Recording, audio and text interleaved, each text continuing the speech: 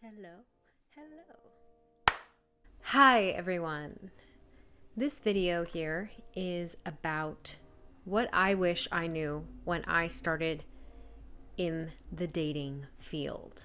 Now, I must say that I am happily engaged, so I am thankfully over that chapter in my life.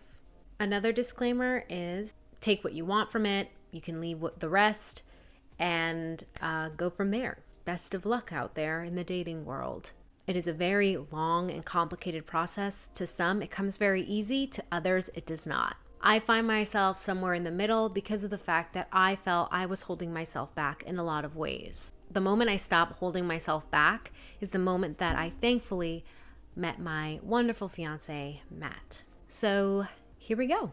The first thing that I did when I was dating that I feel led to success was writing down the things that I wanted in a partner. I am a big believer in self-manifestation. So if you write it, speak it, you will end up doing it and it will come to fruition. I started doing this after I read it on some sort of blog or something like that. And I was kind of like, okay, I guess I'll give it a shot. Let me write down the things that I want in a future partner. I made my list. It was about 20 things.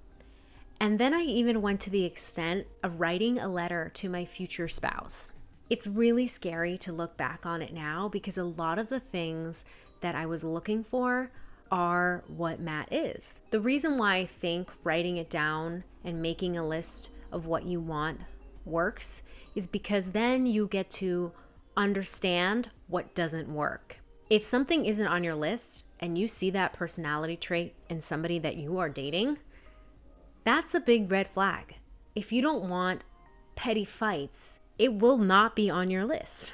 Avoiding those personality traits, avoiding those patterns will help you find people who actually want to work on a healthy relationship, want to have good communication. And I make these lists for a lot of things in my life. I've made it for job searches, apartments, honestly, anything that has a major life decision attached to it, I have written a list for it. And I will probably pass this on to my kids one day. I've even taught Matt how to do it because of the fact that it just seems so effective. Allowing yourself to give that space to understand what you are looking for, I can't say it enough. It allows you to move on from the things that just don't make the cut. This next idea ties into my whole manifestation list, whatnot, but it's to set your standards high, but don't be too firm with what you are looking for. For example, you may not get everything that you want on that list.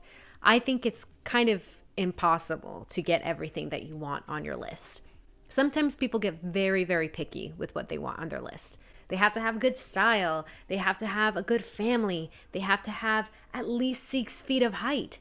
Now, it's really, really impossible to get a perfect partner.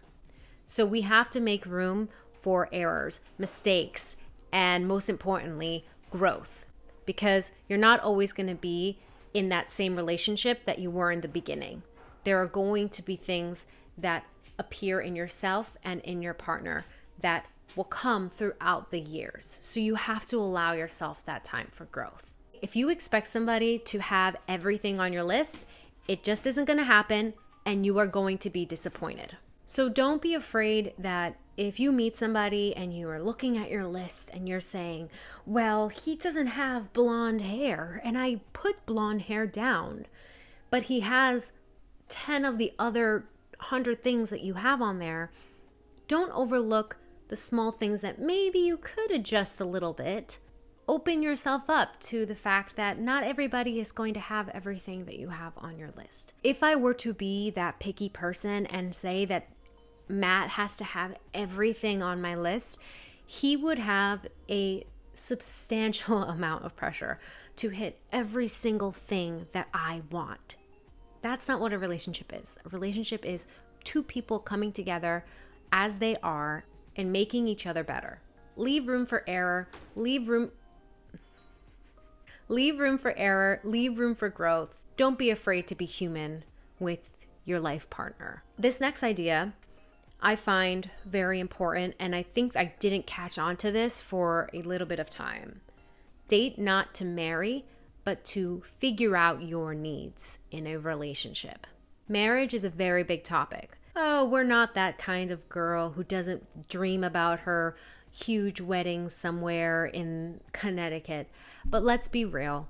We all, at the end of the day, want to find a partner that we will eventually marry. I think sometimes when I was dating, I was trying to look for the person who I was going to marry. The funny thing about this is that when I met Matt, I didn't immediately think that I was going to marry him. Now, that doesn't mean that we don't have a wonderful relationship and that everything has to spark and fly right on the first date. It goes back to what I said earlier. You have to allow that room for growth, and you have to be patient. Relationships aren't built in one day.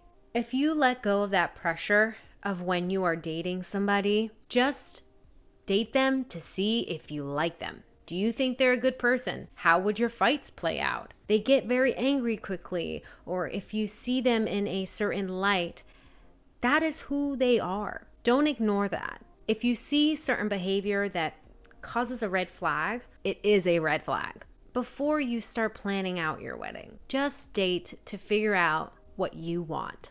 It's very important to build self-confidence within yourself. For a long time, I didn't understand what that meant. I felt like, do I pray about it? Do I go to a retreat about it? What do I do to build my own self-confidence? You have to be that busy person that we all are pretending we are. Do things that take up your time, especially when you're young. You have so much time. Go out there, pick up a new hobby, find hobbies that you're really good at. If you were to take at least 2, pick up 2 hobbies, and you'll see that it will instantly start filling up your calendar, and you will be a busy person. You will have your own life. So you're not worrying about what this date is doing or what this guy who you dated in 5th grade, why he's not calling you back, because you have your own life. You're doing things out there. You are doing you. And that's going to bring so much confidence in yourself. When you are able to express yourself in many different ways and not have people tell you who you are, you will find that that liberation gives you instant confidence, so that when someone tries to tell you otherwise of who you are or who you should be or what you should change about yourself, there's just no room for it. Sorry. The last thing I will say about this is give yourself some time. Give yourself some room to grow. It can be a lot, and you may want to get it right on the first try. But that isn't how it always happens. Allowing yourself to have space to make mistakes, to have a heartbreak, or 2 or 3 or 4 or 5, and picking yourself up, gaining experiences, learning new lessons, and just building yourself to be a person who you want to be will allow you to one day reach that point where you're not sitting around looking for who needs to come save you. You are saving yourself. You have to claim that power for yourself. And you're the only one that can do that for you. What are the things that you value in yourself so that you can find somebody who can cherish that and allow you to continue to flourish in that space? And I wouldn't change my dating past for anything. I know that I was not perfect. I know that I have made a lot of mistakes, but it has ended me up to where I am right now in a healthy, loving relationship with somebody that I'm going to marry. And I am so thrilled about the life we will have together. This video, I'm hoping if you just take 1 or 2 things away from this, just really understand how important it is, the growth and the understanding of loving yourself. And it's a working thing. You have to work on it every single day. It's not just something that you can read or go to school for. You have to put it into practice every single day. Thank you for coming to my channel and watching this video. If you like it, please give me a thumbs up and leave me some comments, because I do like reading them and responding. I do want to shout out Casey Drain from another video where she did comment below and found the secret code to be shouted out in this video. Thank you, Casey, for doing so. Try to find the secret code so that you will be shouted out in the next video. Until next Wednesday, I will see you then. Goodbye.